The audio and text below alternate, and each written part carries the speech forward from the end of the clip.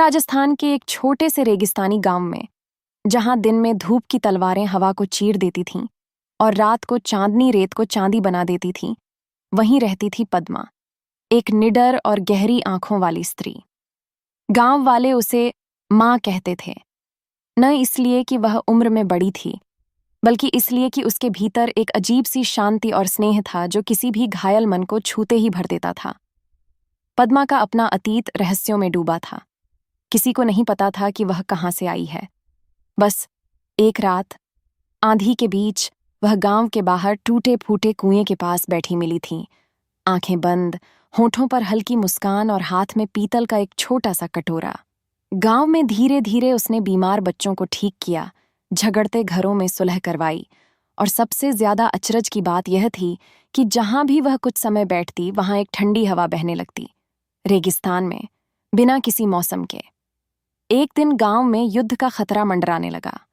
पास का किला हथियारबंद डाकुओं के कब्जे में था और उनका इरादा गांव लूटने का था। गांव के लोग डरे हुए थे। तभी पद्मा ने कहा, अगर शांति चाहिए तो हथियार नहीं, विश्वास उठाओ। लोग समझ नहीं पाए, मगर उसने सबको पुराने कुएं के पास इकट्ठा किया, वही कुआं जहां से वह पहली बार मिली थी। उसने अपना पीतल का कटोरा पानी से भरा और उसमें एक एक करके गांव के हर घर का नाम धीरे धीरे फुसफुसाया। हर नाम के साथ कटोरे का पानी हल्का सा चमक उठता।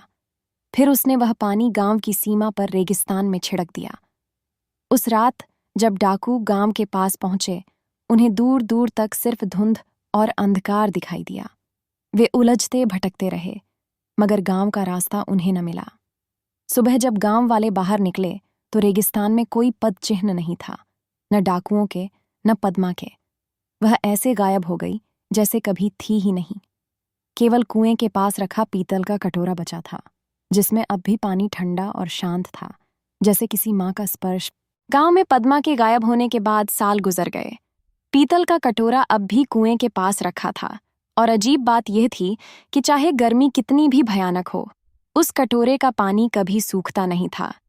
एक दिन गांव में एक अजनबी लड़की आई, सिर्फ 18-19 साल की, काले लंबे बाल और गले में वही पीतल के कटोरे जैसा एक छोटा ताबीज।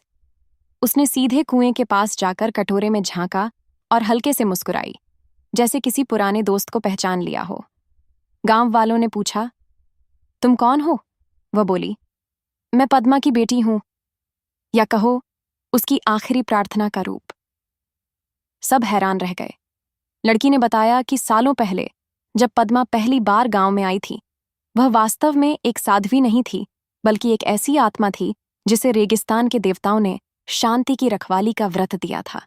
वह तब तक मानव रूप में रह सकती थी जब तक किसी एक गांव को पूरी तरह भय और हिंसा से मुक्त न कर दे। जब उसने डाकुओं से गांव को बचाया, उसका व्रत पूरा हो गया और वह भौतिक रूप से गायब हो गई, मगर उसने जाते जाते अपनी आखिरी सांस से एक जीवन बनाया। वह लड़की ने आगे कहा, माँ ने मुझे भेजा है ताकि शांति सिर्फ इस गांव में नहीं बल्कि पूरे रेगिस्तान में फैले, मगर इसके लिए मुझे कटोरे का पानी खत्म करना होगा। सब चौंक गए। पानी खत्म? वो तो माँ की निशानी है।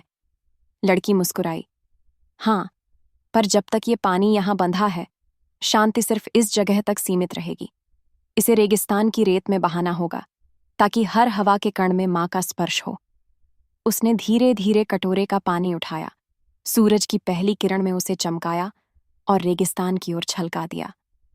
पानी जमीन को छूते ही भाप बन गया, मगर भाप की जगह एक ठंडी लहर उठी, इतनी ठंडी कि दूर दूर तक हवा बदल गई। गांव वालों ने महसूस किया कि यह सिर्फ उनके गांव की नहीं, बल्कि पूरे क्षेत्र की शांति की शुरुआत थी। और वो लड़की हवा में घुलती पद्मा की मुस्कान के बीच धूल और रेत में आगे